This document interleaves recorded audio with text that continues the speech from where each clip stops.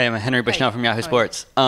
Players in the mix zone talked about how it actually wasn't that discouraging, and they're confident that the finishing will come. Is that your impression? And if so, how do you make sure that they do feel that and they don't get down about not scoring a goal and remain confident that the finishing will come?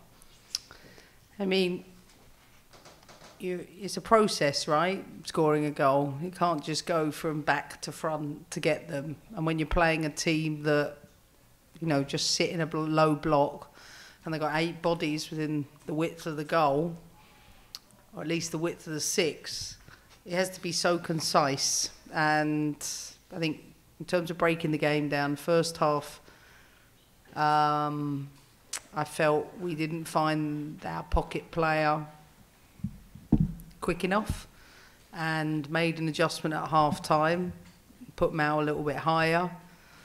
And I felt that where we didn't hit the pocket in the first half, the second half we vacated the pocket, so we went from one extreme to another.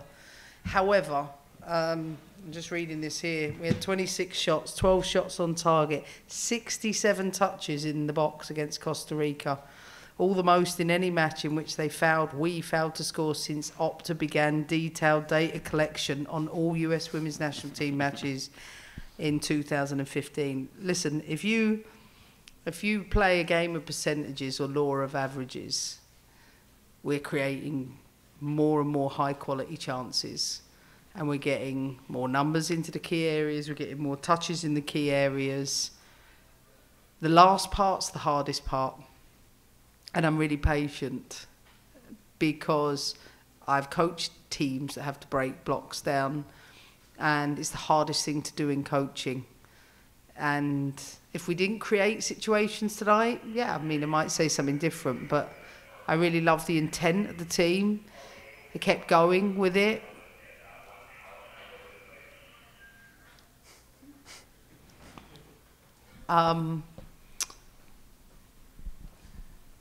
Trin might score a worldie in the last minute, but the goalkeeper's had an outstanding game. And yes, we need to be more clinical. I don't need to state the obvious, but I think that when you've had maybe half a dozen training sessions in total since I've been the coach, I think it's a pretty good return so far. Steve. Hi, I'm Steve Goff from the Washington Post. Rose was pulled out of the lineup at the last minute. What's the concern there? And no risks. Okay. And she was a bit tight in her groin. I took no risks. Same with Jenna, loading. I just took no risks. Same with players that came out 60 minutes. I want to go into the Olympics with everybody available. Was the field condition any factor in those types of decisions? No. Okay. Thanks. Oh, go right there. Right there. Yep. Coach, how difficult was to play against Costa Rica? Yeah, credit to Costa Rica. They did their job. They disrupted the game. They slow the game down. They make it difficult, but they defend well with numbers. And whenever we get momentum, goalkeeper goes down again, or there's a water break. And this part of the game, our players, I think, was an important experience, because I think it's essential when you play a team like Costa Rica, who know that they're going to have to defend deep. We have to be mindful of being calm all of the time. And I thought we actually got better with that in the game. But, credit to Costa Rica. I think they did a really good job to keep it to a 0-0 scoreline. Go ahead. Evening, Coach. Mario Amaya from El Tiempo Latino. I just wanted to ask, what are some of the takeaways that you take from this game heading into your first game against Zambia on the 25th? Well, if we went into Zambia perfect, I'd be worried. I feel the opposite. I think we've had, in the Korea game, the Mexico game, the Costa Rica game, 4 very different exercises. 1, as I said earlier, breaking down a mid-block. 2, breaking down an aggressive mid-block. 3, breaking down a team that beat us in the Gold Cup with more man-for-man marking. 4, breaking down a low block. What great exposures for us as a team. And trust me, there are you have to do different things in different moments to be able to do that. Playing against low blocks for any team in football is the hardest to do. So I think for us is being mindful that if we keep creating chances in the right area, keep getting numbers in the box, keep making, getting as many touches as possible in that area, those goals will come. That I'm sure of. Right in front. Just pass the mic up. Any of you guys in the front row that want to talk? Thanks, Andrew. Yeah. Jonathan Tannenwald, the Philadelphia Inquirer. Emma, to the point of bodies in the box and chance creation and all that, how much does who's the 10 matter in that, whether they're coming in from behind or with passing or whatever, because Lindsay and Rose and Jaden are all very different kinds of players, and obviously Rose wasn't available tonight. Yeah, I mean, Lindsay's got great goal threat, and I think, look, I can't quite remember. Did we not score twice that were ruled offside for something? Lindsay being one of them. Football's the game of margins. We score one of them, maybe the game opens up a little bit more. But when it doesn't, and the gaps get a little bit smaller, particularly for the 10, because they have a bank of 4 and another bank of. They have a Christmas tree shape, we call it, a 4, a 3, a 2, and a 1. And they're just really narrow, really compact, really low. So they kill all those central areas. So you have to pull players out, which I thought we did a good job of. But the last part in the box is that little bit of composure, whether it's to find the spare player in the right moment, and whether it's just to execute. When I analyse the chances, should we win the game? Of course we should win the game. But for me, I'm always about analysing what you have to do to be able to ensure that happens, or at least we can get into them positions again and again. I cannot finish the ball for players, but I can certainly coach to put players in positions. Go ahead. Good evening. My name is Will from La Teja, Costa Rica. Costa Rica right now is building a new generation of players, not only with the players but also with the coach. What are your thoughts about what did you see today? Well, they only lost 1-0 to Canada, so we knew coming into this they were a good side, difficult to break down, very determined, persevered within the game. So you have a good foundation.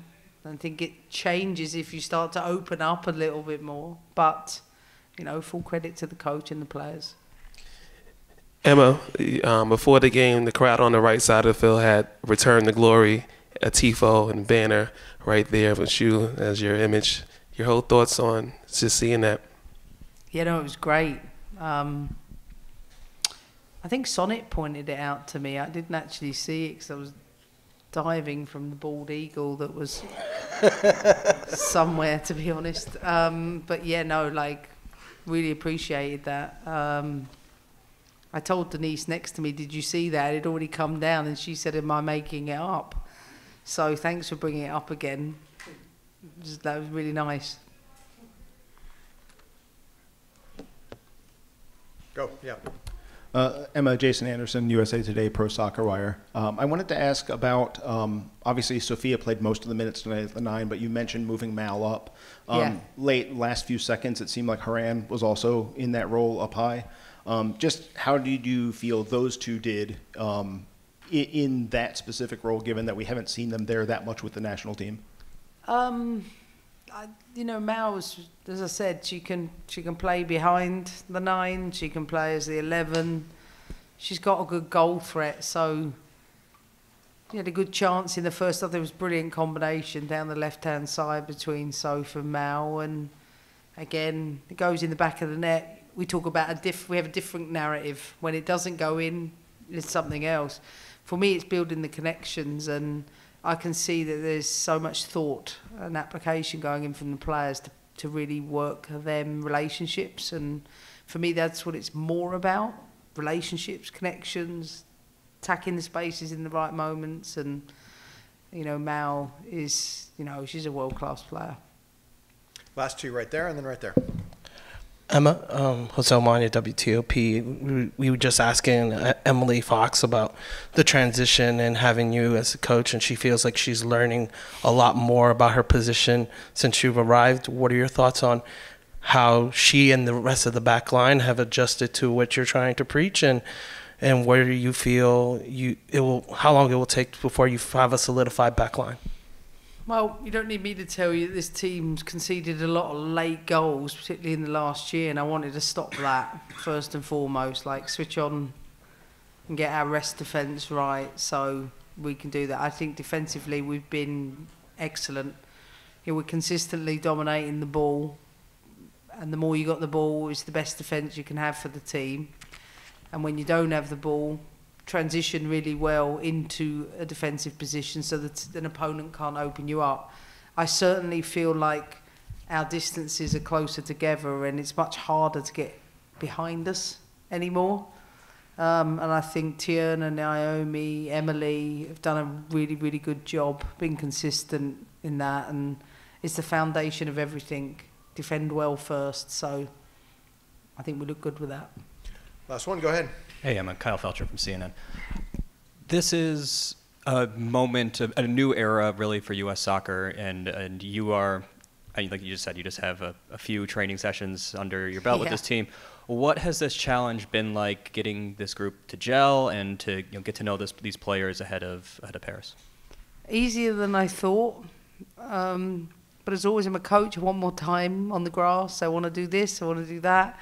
Sometimes you see something else and you say, right, we've got to work at that. That's just natural for me as a coach. But I control the controllables. Like, if I've only had half a dozen sessions and 4 games, no problem. Like, I'll make the most of those. And in the sessions we have leading into the Olympics, we'll add another layer to prepare us for the opening game in Zambia. And we have to be patient. There's a lot of young, inexperienced players that are still learning at this level. And yes, it's a new era. Yes, we want to win.